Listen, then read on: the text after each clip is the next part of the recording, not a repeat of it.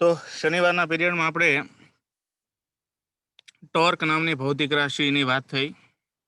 Torque એટલે બળની ચાક માત્રા. જે પદાર્થ ઉપર લાગતા બાહ્ય બળને કારણે પદાર્થમાં ચાક ગતિ ઉત્પન્ન થાય એ બાહ્ય બળને અસરને ટોર્ક નામની ભૌતિક રાશિથી ઓળખવામાં આવે છે.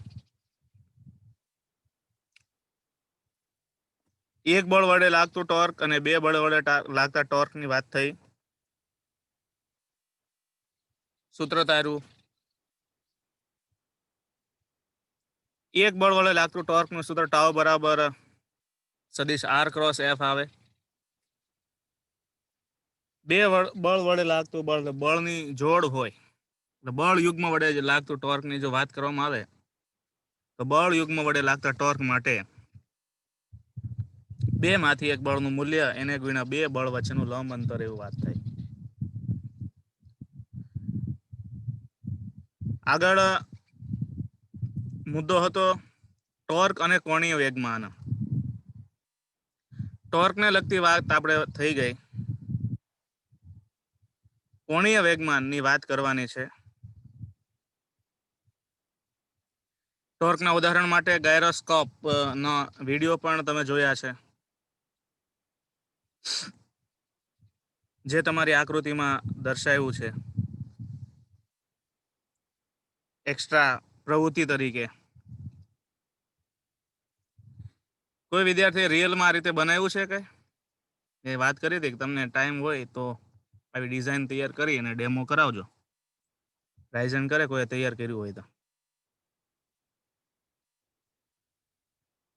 વ્હીલ તૈયાર કરી રાઇઝન કરે આવું જો બનાવ્યું હોય તો, તમારી ઘરે જૂની સાયકલ હોય અને આવું વ્હીલ પડ્યું હોય એ ડિઝાઇન કર્યું હોય ગાયરોસ્કોપની, છે કોઈ વિદ્યાર્થી? મોબાઈલની ગેમમાં આનંદ છે, સબ્જેક્ટની ગેમમાં ક્યાં આનંદ છે? વિષયનું ગેમ આવે એમાં તો કઈ કરવાનું જ નથી.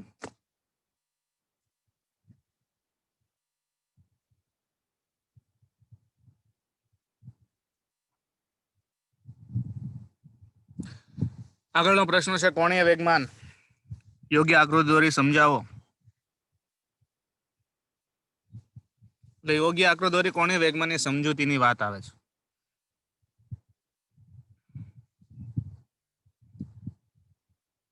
આકૃતિમાં દર્શાવ્યા પ્રમાણે ધારો કે કોઈ એમ દળનો પદાર્થ સ્મોલ આર ત્રિજ્યાની સ્મોલ આર જેટલા મૂલ્યની ત્રિજ્યાના વર્તુળાકાર માર્ગ પર સદિશ વી જેટલા રેખીય વેગથી ગતિ કરે છે. એની સાથે એની જોડાયેલો કોણીય વેગ સદિશ ઓમેગા છે. તેનું કોણીય વેગમાન સદિશ એલ ભ્રમણાક્ષની દિશામાં બતાવ્યું છે. કેવી રીતે આવે? તો આકૃતિમાં દર્શાવેલ એમ દળનો પદાર્થ ભ્રમણ અક્ષ વાય ને અનુલક્ષીને ચાક ગતિ કરે છે. ગતિપથની ત્રિજ્યા સ્મોલ આર છે તથા એનો કોણીય વેગ ઓમેગા છે. રેખીય વેગ સ્પર્શકની દિશામાં સદિશ વી તરીકે બતાવ્યો છે અને રેખીય વેગમાન સદિશ પી બરાબર એમ સદિશ વી પરસ્પર સમાન દિશામાં. રેખીય વેગમાન ક્યાં હોય? તો રેખીય વેગની દિશામાં જ હોય.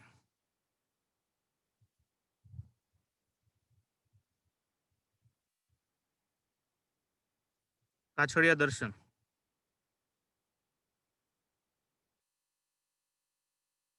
ક્લાસ ભરો છો કે કોમેન્ટ ચાલે છે?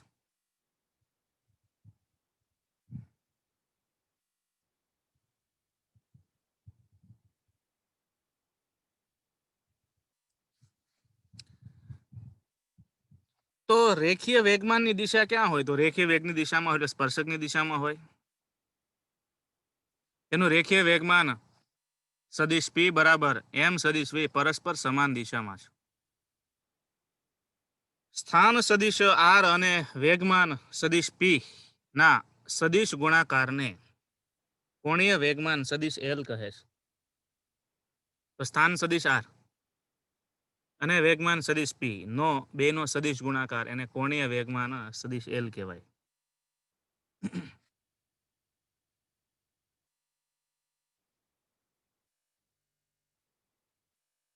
આ એક પેજ વધારાનું આવી ગયું છે.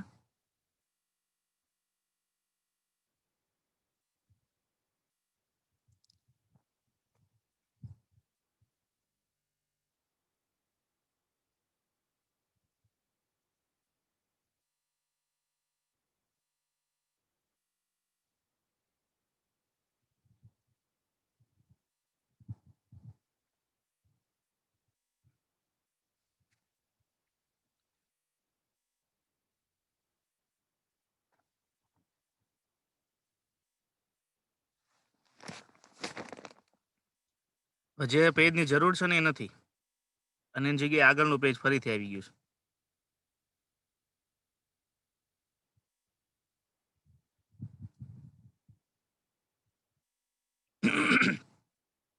ચલો એટલું જ. આગળ હું લખાવું એમ લખતા જાઓ બુકમાં.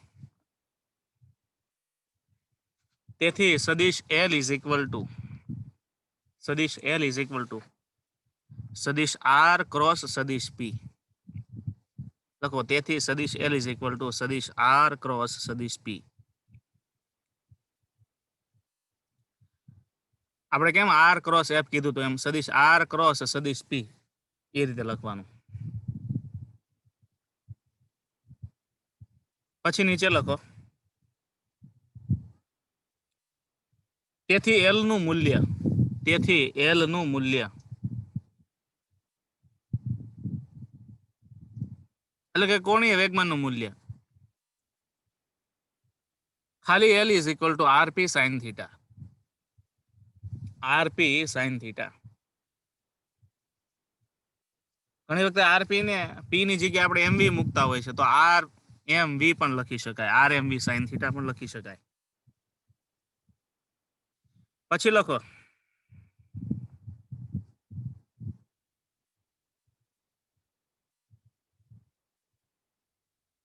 સદિશ રાશિ છે.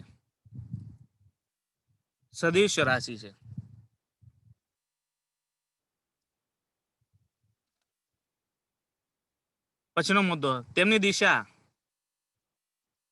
જમણા હાથના સ્ક્રૂના નિયમની મદદથી નક્કી થાય. તેમની દિશા જમણા હાથના સ્ક્રૂના નિયમની મદદથી નક્કી થાય.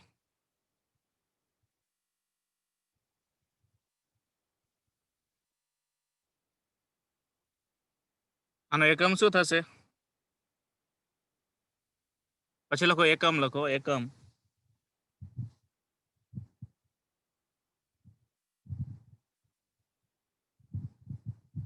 Kilogram, metre square, second -2. Kilogram, metre square,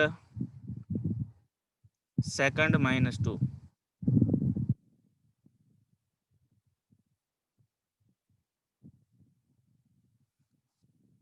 પછી લખો પારિમાણિક સૂત્ર, એ તમારા હોમવર્કમાં.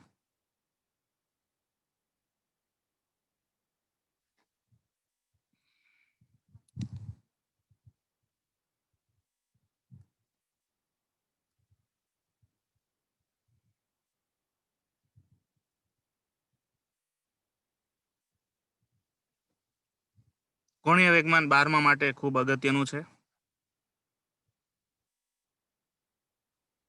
પછીનો મુદ્દો હશે ચાક ગતિ માટે ન્યૂટનનો પ્રથમ નિયમ.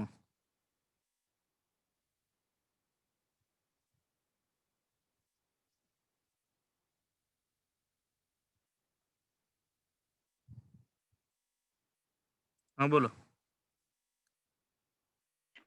સર આમાં એક વસ્તુ રહી જાય છે, સમયની સાથે વિકલન કરીએ તો મળે, ટોર્ક મળે. પાઠ્યપુસ્તકમાં છે. એ આખો અલગથી આવશે, એ હું જોવ જ છું. ન્યૂટનનો ગતિનો બીજો નિયમ છે ને એમાં વાત આવશે.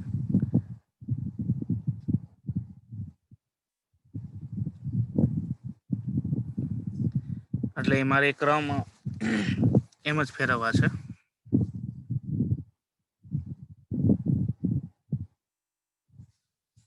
એ લોકો પેજ ભૂલી ગયા છે એટલે મારે જૂની બુકમાંથી પેજ મગાવવું પડશે. એટલે એના માટે છે ને અલગથી આખો પ્રશ્ન હશે ને તો હું તમને આખા અલગથી કાલના પેજમાં મૂકી દઈશ. એટલે આ એક પ્રશ્ન મેં તમને પૂરો કરાવડાવ્યો જે અધૂરો હતો. હવે પછીનો જે મુદ્દો આવે એ બુકમાં તમારે જે લખવાનો છે લખતા નહીં જ્યાં સુધી હું કહું નહીં ત્યાં સુધી. બરાબર? એનો ક્રમ આપણે કન્ફર્મ કરીને પછી જ લખશું. તમે જે કહો છો ને એ ટોર્ક અને કોણીય વેગમાનનો સંબંધ, એમાં એ વાત આવશે. સમયની સાથે વિકલન કરવાની ને એને ચાક ગતિ માટે ન્યૂટનનો ગતિનો બીજો નિયમ પણ કહે. એટલે મેં અલગ જ પ્રશ્ન કરાવ્યો છે. એટલે એમાં વાત વાંધો નથી. એટલે હું માનું ત્યાં સુધી આગળનું પેજ જે અધૂરું છે ને એમાં એટલા મુદ્દા જ બાકી રહી જાય. અને કદાચ કોઈ ઉદાહરણની ગણતરી કરાવી હોય એ આવી જતું હોય. હજુ સુધી આપણે આમાં ઉદાહરણ તો એક જ કરાયું છે, બાકીના બધા ઉદાહરણ બાકી જ રાખ્યા છે.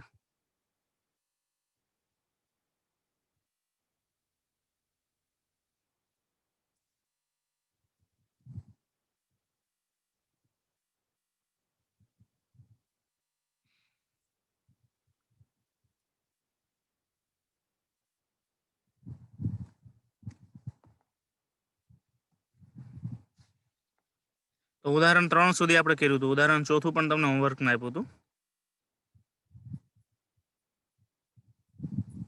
ઉદાહરણ 5 છે ટોર્ક ઉપરથી છે.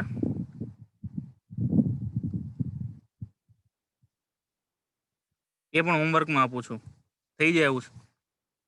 ઉદાહરણ 5 હોમવર્કમાં તમારે બાકી બુકમાં કન્ટિન્યુ લખી નાખવાનું કે ઉદ્ગમ બિંદુને અનુલક્ષીને બળ F બરાબર સદિશ F બરાબર 7I caret plus 3J caret minus 5K caret છે. અને R બરાબર I caret minus J caret plus K caret છે. તો ટોર્ક કેટલો? તો ટોર્ક ટ બરાબર શું થાય? સદિશ R ક્રોસ F. એટલે R અને F નો તમારે ક્રોસ ગુણાકાર કરવાનો છે. એટલે ઉદાહરણ 5 એ કરી નાખવાનું. ઉદાહરણ છે એ સાબિતી વાળું છે. એની વાત આપણે પછી કરીશું. એ ન્યૂટનના ગતિના બીજા નિયમ ઉપરથી છે. એટલે એની થિયરી આપણે પહેલા જોઈ લઈએ. તો આગળનો મુદ્દો આવે છે ચાક ગતિ માટે ન્યૂટનનો ગતિનો પ્રથમ નિયમ. તો ન્યૂટનનો ગતિનો પ્રથમ નિયમ છે રેખીય ગતિ માટે શું હતો?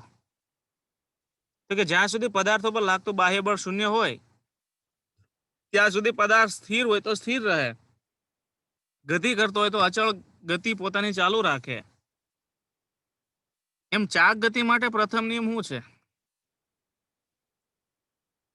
તો કે પદાર્થ પર લાગતું બાહ્ય બળ શૂન્ય હોય તો પદાર્થ સ્થિર હોય તો સ્થિર રહે અને ચાક ગતિ કરતો હોય તો અચળ વેગી ચાક ગતિ ચાલુ રાખે.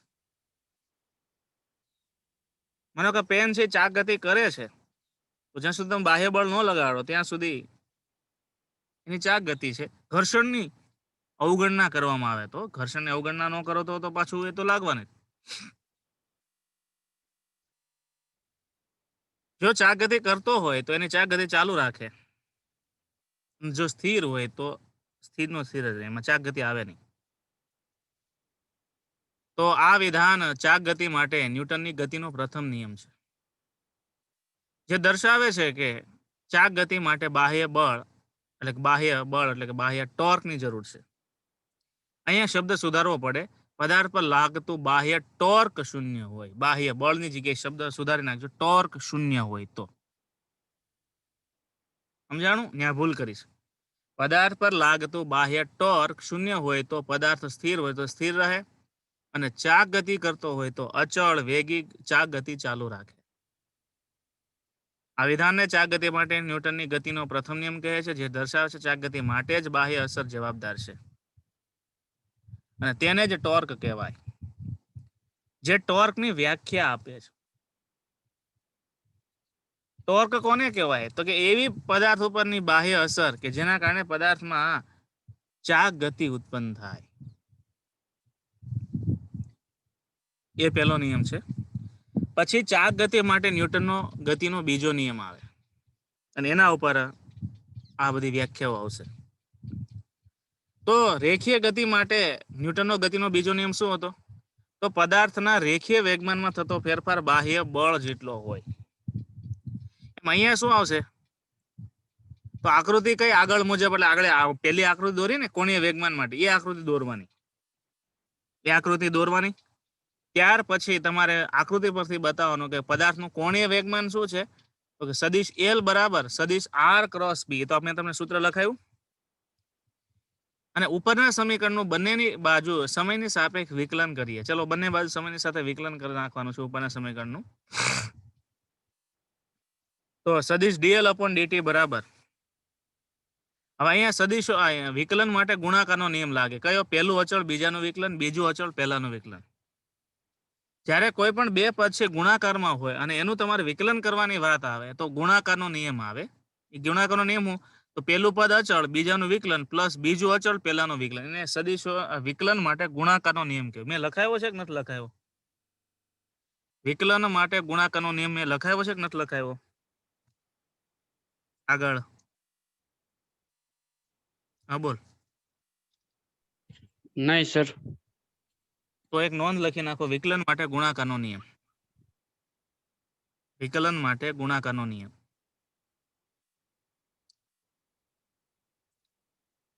તો પેલા લખો y બરાબર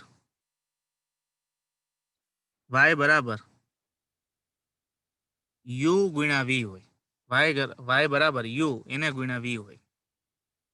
y બરાબર લખો u એને ગુણ્યા v. તો y બરાબર u ગુણ્યા v છે. હવે x ની સાપેક્ષે વિકલન કરો. લખો x ની સાપેક્ષ વિકલન કરતા, x ની સાપેક્ષ વિકલન કરતા લખો. કલસરિયા કેમેરો ઓન રાખજો.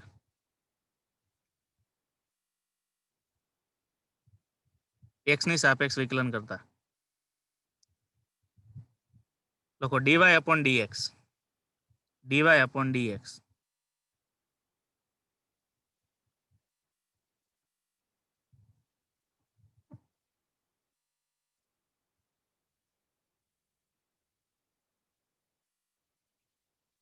રાઇઝન કરજો કલસરિયા. dy upon dx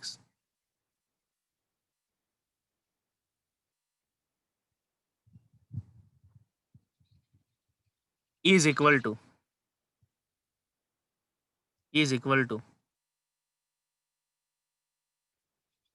પેલું અચળ શું આવે? તો લખો u dv upon dx. u dv upon dx.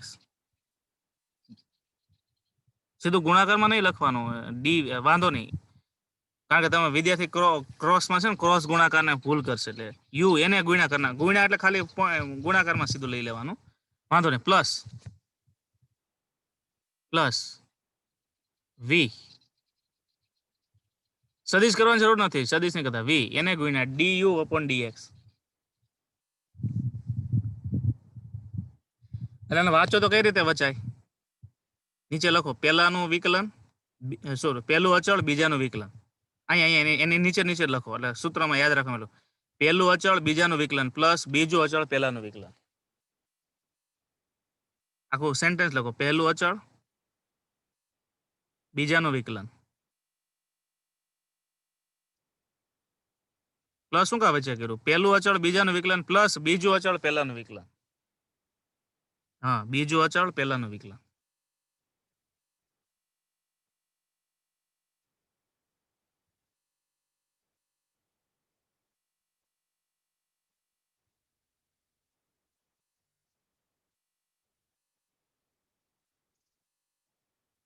કલસરી એ લખ્યું છે ને, એ રીતે બધા લખી નાખજો.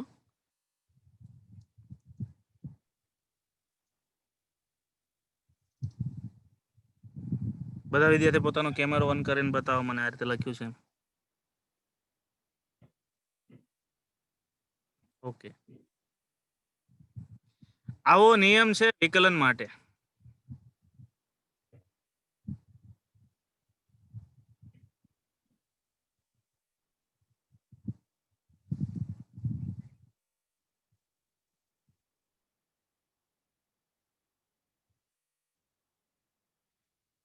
કાછડિયા દર્શન કેમેરો ઓન કરે ને લખેલું મને બતાવે.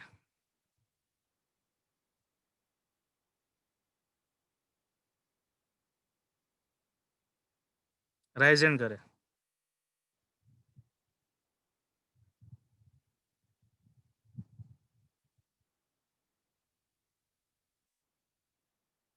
લખેલું બતાવો મને.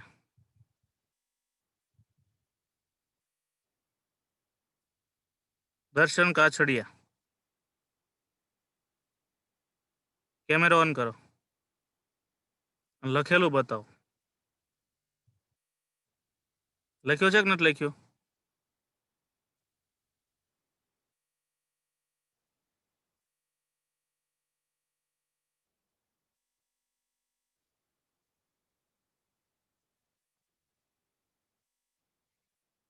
લખ્યું કે નથી લખ્યું? આ પીરિયડ આજનો 5 પીરિયડ આજનો પીરિયડ છે ને 10 વાર લખીને બતાવજો મને. કાલથી ક્લાસ નહીં એટેન્ડ કરવા દો. તમને ક્લાસ ચાલુ થયો એ પહેલાંય કહી દીધું હતું કે તમે ક્લાસમાં ધ્યાન આપો. તમારા નખરા બંધ કરો ને ક્લાસ લીવ કરી દો.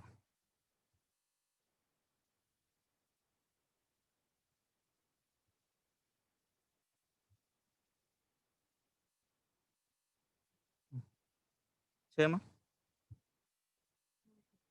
એમાં જ ભલે એમાં ભર્યું હોય તો.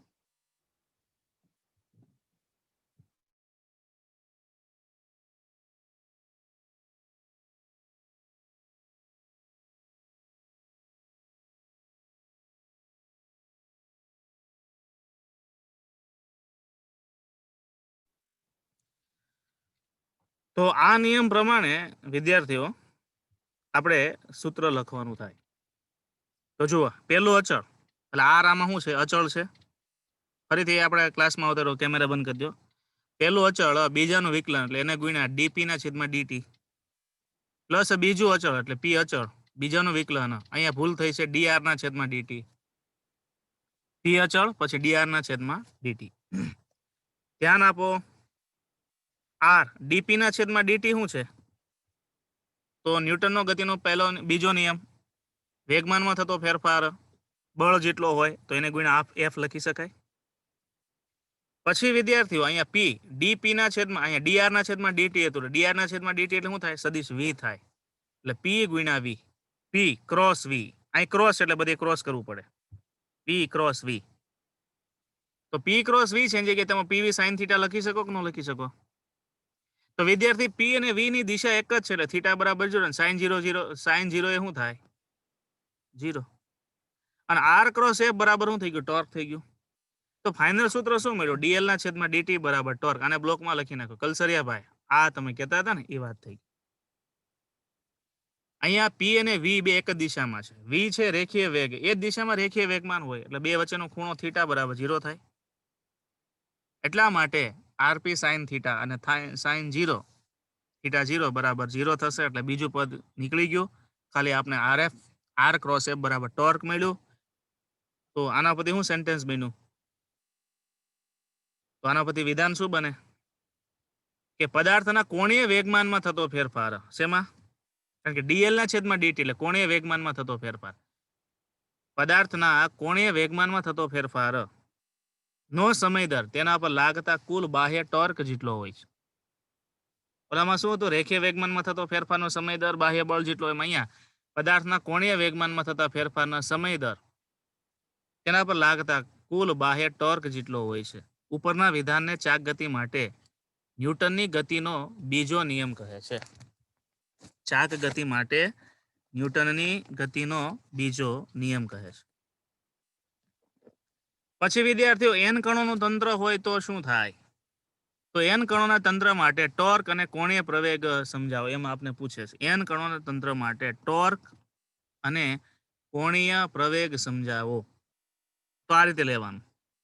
તો આપણે એક કણની વાત કરતા એની જગ્યાએ આખું એક પદાર્થ લેવાનો. પદાર્થમાં માનો કે એન જેટલા કણો છે.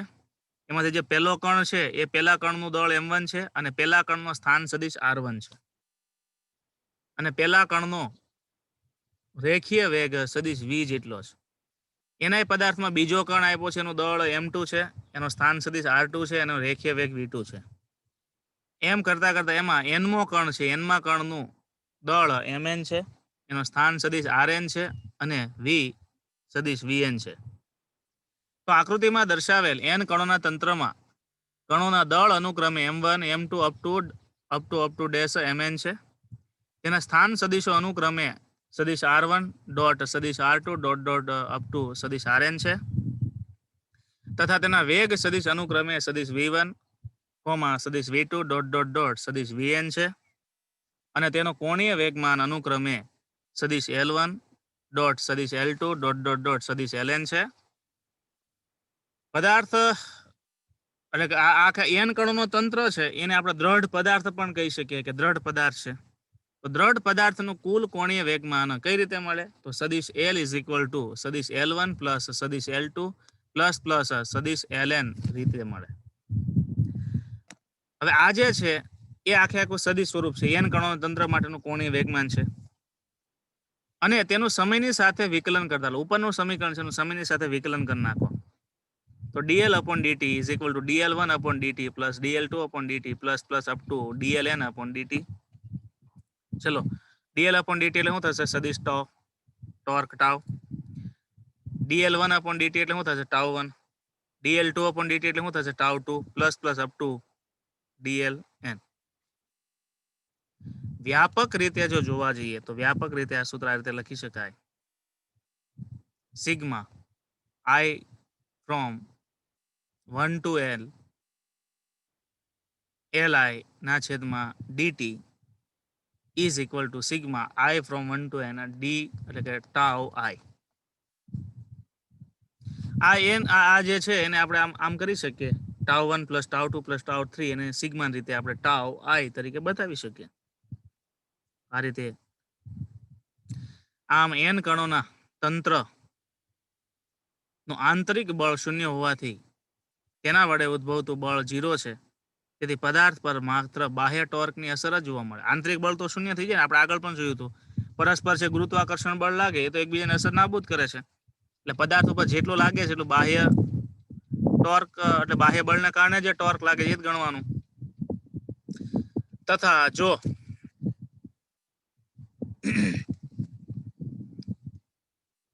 Li સિગ્મા I બરાબર 1 to n સુધી Li બરાબર સદિશ કેપિટલ L હોય તો dli upon dt is equal to tau external થાય. બરાબર. અને એના ઉપરથી આપણે કોણીય વેગમાન સંરક્ષણની પણ વાત લઈ શકીએ. અહીંયા સુધી આપણે એટલું રાખો, પછી કાલે વાત કરશું કોણીય વેગમાનનું સંરક્ષણ. એટલે ખરેખર અહીંયા ટાઉ એક્સટર્નલ શું કામ આવ્યું? તો કે આંતરિક બળની અસર નાબૂદ થાય છે અને બાહ્ય બળને કારણે ચાક ગતિ આવે છે. એટલા માટે ટાઉ એક્સટર્નલ તમારે મૂકવાનું, એટલે બાહ્ય બળ. ટાઉ એક્સટર્નલ એટલે બાહ્ય ટોર્ક. અને હવે પછીનો મુદ્દો આવશે કોણીય વેગમાનનું સંરક્ષણ, જેની વાત અહીંયા આપેલી છે. કોણીય વેગમાનનું સંરક્ષણ આપણે આની સાથે જ આવે. આ બધું ભેગું કરી દીધું છે અહીંયા. એટલે આપણે 7.6 મુદ્દાની અંદર અલગ અલગ જે વિભાગ છે એની વાત કરી. બરાબર. 7.7 માં પેલું આપણે ટોર્ક અને કોણીય વેગમાનની વાત થઈ. પછી આપણે ટોર્ક વ્યાખ્યાયિત કર્યું પહેલા વિભાગમાં 7.6.1 માં. 7.6.2 માં આપણે કોણીય વેગમાનની વાત કરી. 7.